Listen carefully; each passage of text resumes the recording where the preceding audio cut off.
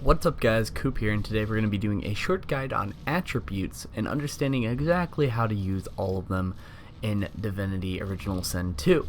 So, a lot of people jump into this game, they want to build up their characters, and they don't fully understand the stats because the stats all kind of correlate together, and it's a little bit different than your traditional D&D style, and they actually affect different factors which a lot of people don't take into account. So we're going to do a nice little easy guide. I have a mage based character and a warrior based character, and I feel like this is the easiest way to explain it, so let us dive in.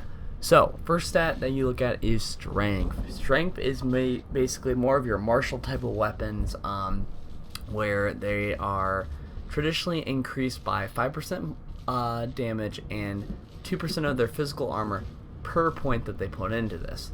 And then below you can see how I have +2 from sturdy, which is a racial ability. So all your modifiers go underneath. You might later on get some gear that gives you +1 strength and things of that nature. But basically what this does is it increases the damage of strength based weapons. So your pole arms, your swords, your axes, things of that nature that require strength. So as you can see, when you go to this thing and you look at properties, it requires strength, which is the sort of modifier for that, which increases that. And then it gives you physical armor, which when somebody uses like a spell, for example like this one, which has a saving throw against physical armor, it lowers the amount of physical armor that they have. So that's basically what that does.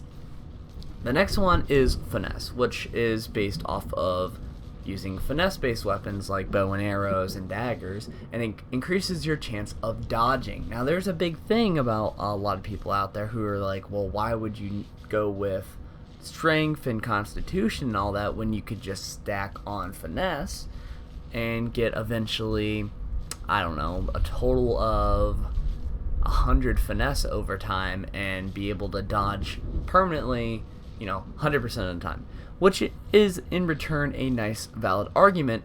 But basically with finesse, what it does is it gives you a modifier, but it also gives you that 1% dodge, which can make you totally dexterously dodge attacks and take no damage instead of slight damage like strength does.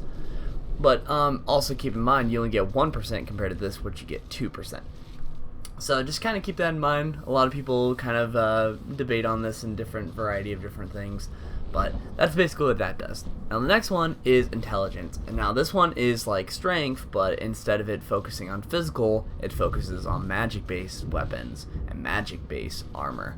So this is like your armor that you use for most of your magic spells. For example, I actually don't have any magic spells, but it's similar to the mosquito swarm and things, where if you look in special, it says damage is based on your level and also your intelligence. So that's what kind of gives it that little modifier. So if this character had that same spell, this one would do more damage on her than it would my dwarf character, which makes sense overall.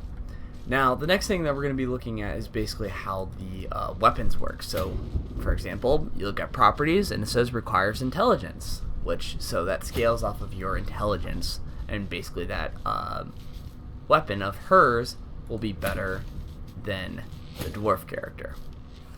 Now the next thing we're going to be really looking at is constitution, this is the last like sort of weapon based skill that really does anything weapon wise. But this one affects a little bit of how well your shield works, and it gives you health. It gives you 7% vitality. So basically that increases your life. Now you might be saying, well, why not just stack constitution instead of armor? You want armor to be kind of the first stat because it lowers the amount of damage you take initially throughout the hits. So it's very important that you kind of have that over just stacking constitution, which a lot of people try to do, which isn't a bad thing, but keep in mind that's health that you're taking away when you have a lot of spells that can give you physical sort of armor.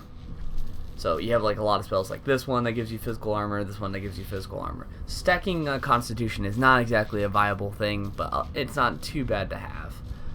And then the next thing that we're going to be looking at is, these are the important ones. These are memory.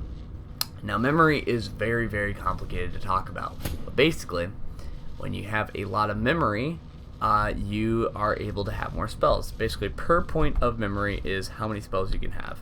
if you have made a character, you will know that when you make one second, actually, it's in this book, you can only have a minimum of 3 skills. However, with having more memory, you're able to have more skills. So as you can see, how it works is you have your memory, which this one, my memory on this character allows me to have a total of 6. So per point adds 1 spell I can have. So it allows me to have these guys, which they each cost 1, and I'm able to have them. Now, at the start, a lot of people are like, oh, I'll just stack memory and I'll get like all the spells of both things. It doesn't really work like that. You only get your initial 3 skills still, but you can find spell books and things along the way and fill these out, compared to my dwarf character, who's all maxed out and he can't get any more skills. But you might be saying, well, man, maybe I should just be a mage character and I just have a bunch of spells, because it looks like you don't get any more spells as you level up. That is false, actually. Every 2 levels you get 1 memory. And that's sort of to balance it out. So magey characters have more spells, or having more spells is just like a different sort of thing to have. So having memory is not a bad thing on all characters. It's just a stat that you don't want to overdo.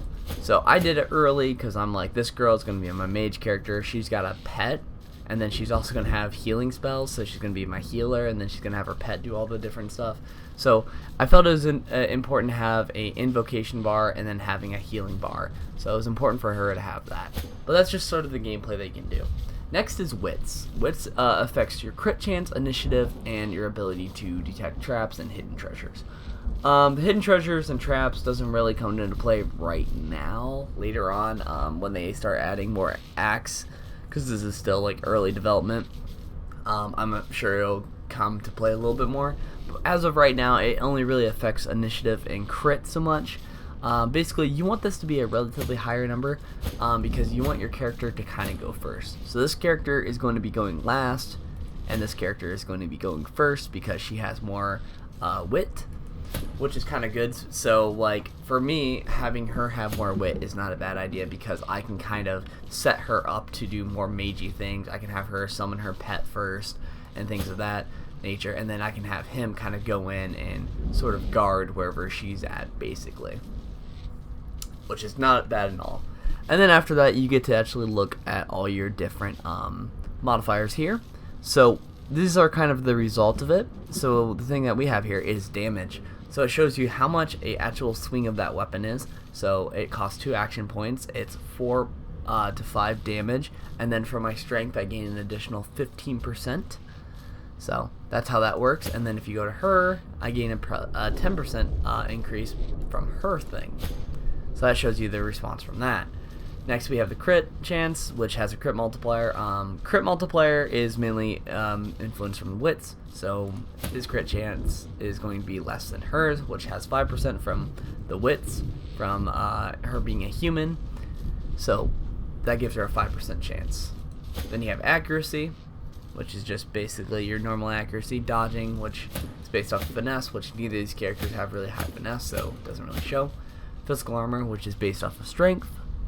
Mage armor, which is based off of, well, intelligence. So for her, it shows on the intelligence.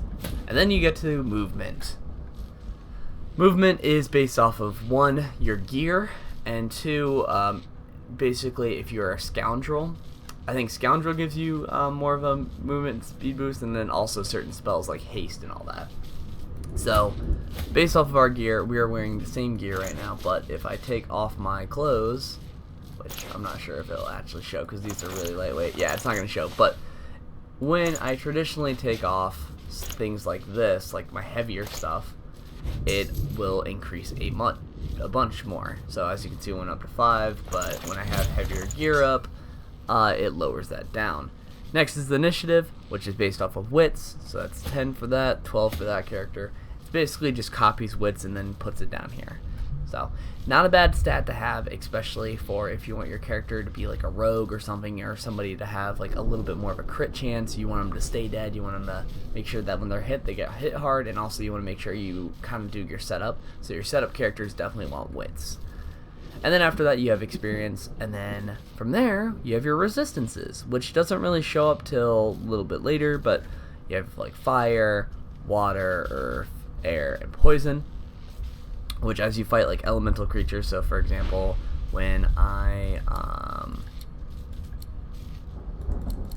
one second, I didn't need to click that.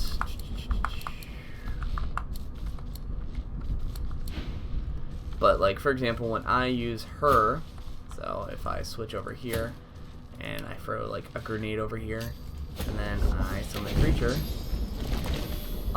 this is now a fire elemental.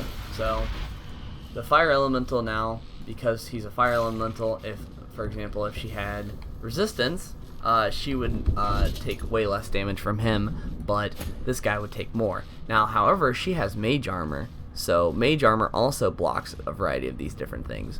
It actually blocks burning and getting stunned, and Physical Armor blocks you from bleeding and getting knocked down, which affects based off of these stats too. So just an overall look of how that exactly goes. Anyways though, I just wanted to do a quick short guide. Basically a lot of people were really confused, and I felt like this is a very important part of the game, and if you guys have any comments or questions, put them in the comments below. But anyway, I will see you guys next time.